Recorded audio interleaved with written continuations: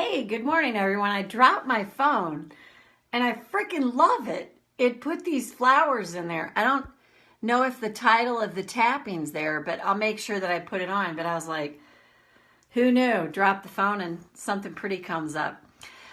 So today, Jerry Torrand, you put, I don't know if I said your last name right, so I apologize. A really good one. You put tapping for more energy and motivation as well as confidence in my skills as a successful entrepreneur.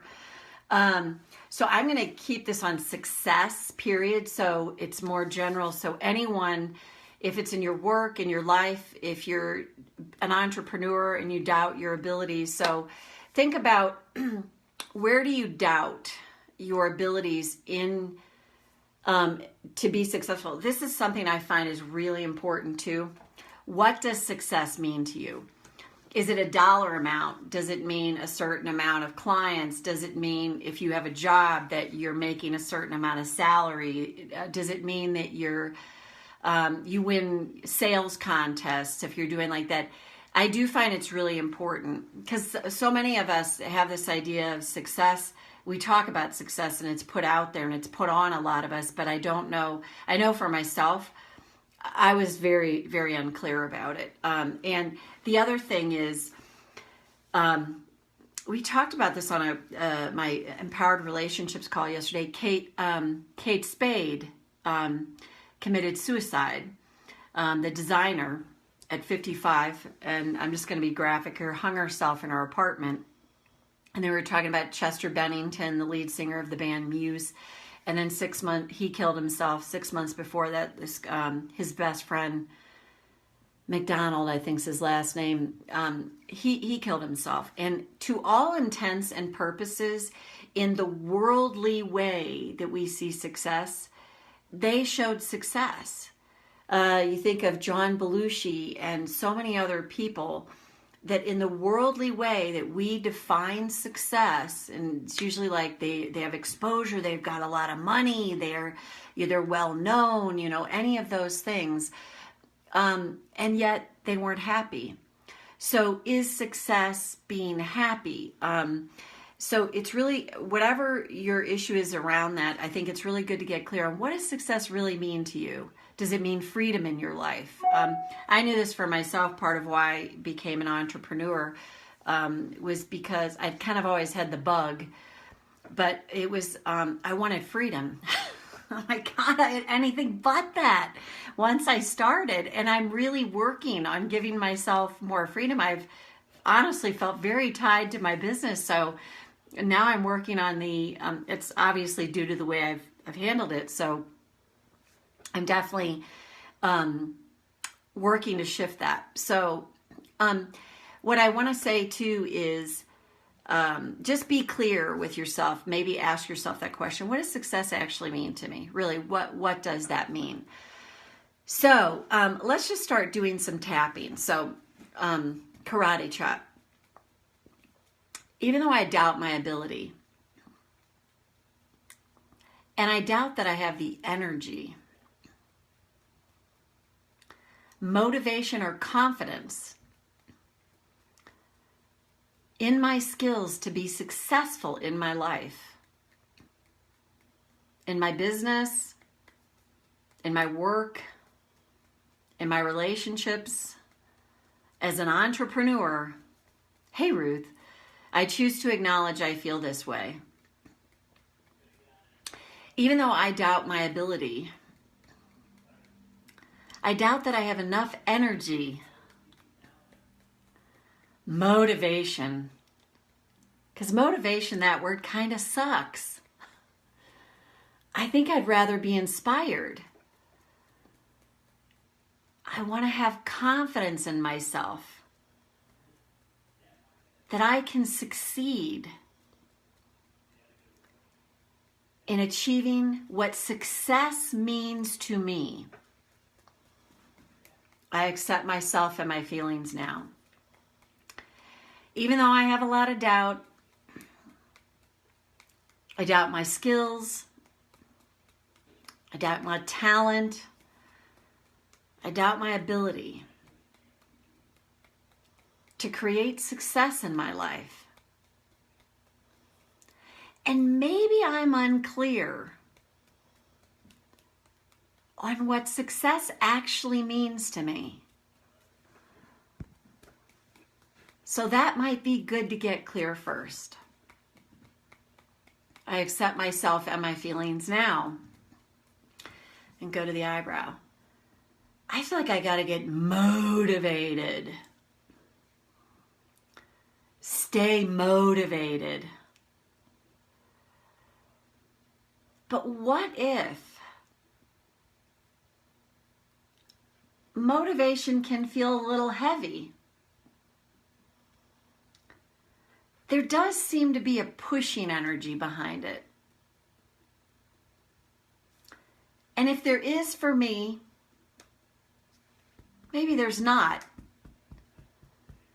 But I think I'd really rather be inspired. So what if releasing doubt takes practice? What if I can start to focus on the talents I do have and really anchor those in more and more?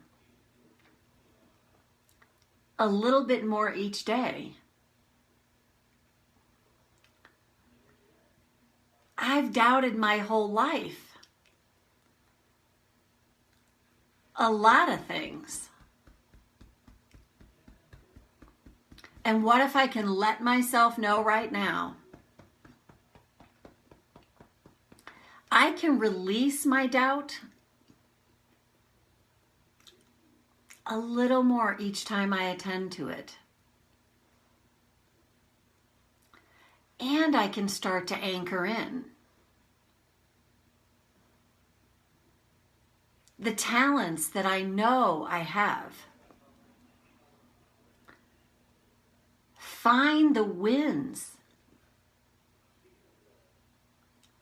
Where have I shined with my talents? Even if it's not on a big scale. What if I can find this nice combination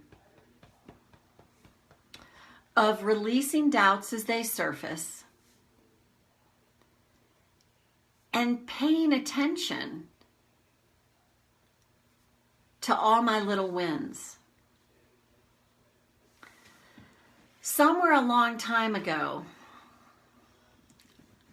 I learned to doubt my abilities. I learned to doubt that I can be successful at being an entrepreneur or being successful in business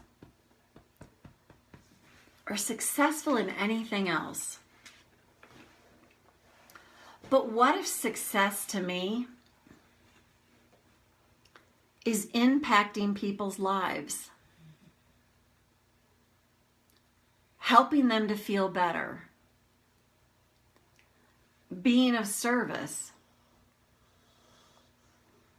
and then knowing as I focus on service, is it possible that what I need can come to me? I like the idea that it takes practice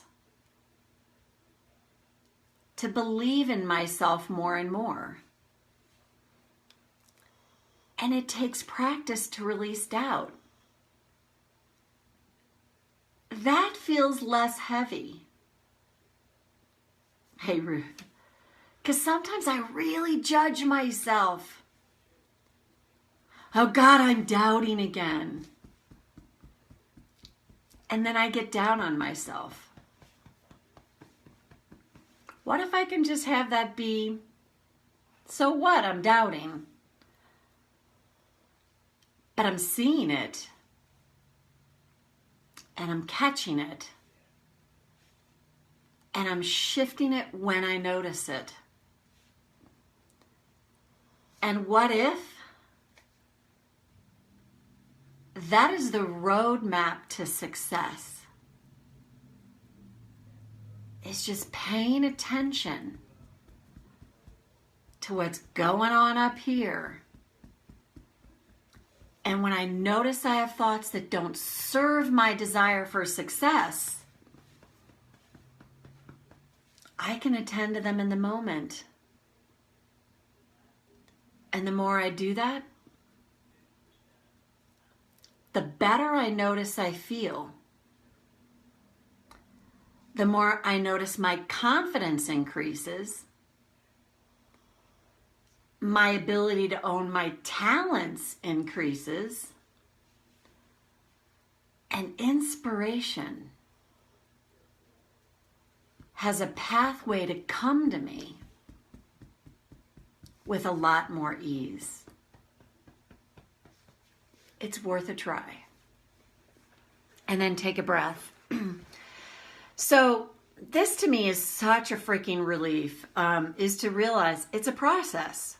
It is a process. I've said this on many videos, but I saw an interview with Will Smith and Kevin Bacon. And they talk about each time they have a new deal they're doing, they have doubt, they feel afraid, they feel fear. And they go, we just don't let it take us out. And I think that's the key. If you're anything like me at times, because I had the very black and white thinking, it was just like, oh, I'm never supposed to doubt.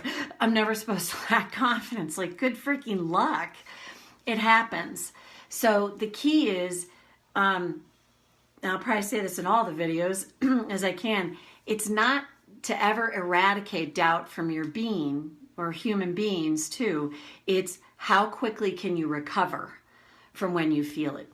And when you think about that, then feeling the doubt feels less scary. It's just it will become less scary over time. It's like, oh God, there I am doubting again. Okay, I can interrupt it. And the thing that I've noticed is my ability to move myself out of doubt is, oh, thanks, Ruth. My ability to move myself out of doubt is that time span is much shorter and getting shorter. Like, I'll have doubt and then I can move it. I'll have doubt and I move it. Whereas before I could wallow in it for weeks. So I think that's a huge key. And Jerry, thank you so much for this idea. I'm going to get to all the other great ideas here. And hope you all have a really good day. I head out on the road tomorrow, so you'll be getting videos from the road. So that's it, everyone. Bye for now. Ruth, so glad you're here. Always great to see you. So glad I got to meet you in person. Take care. Bye for now.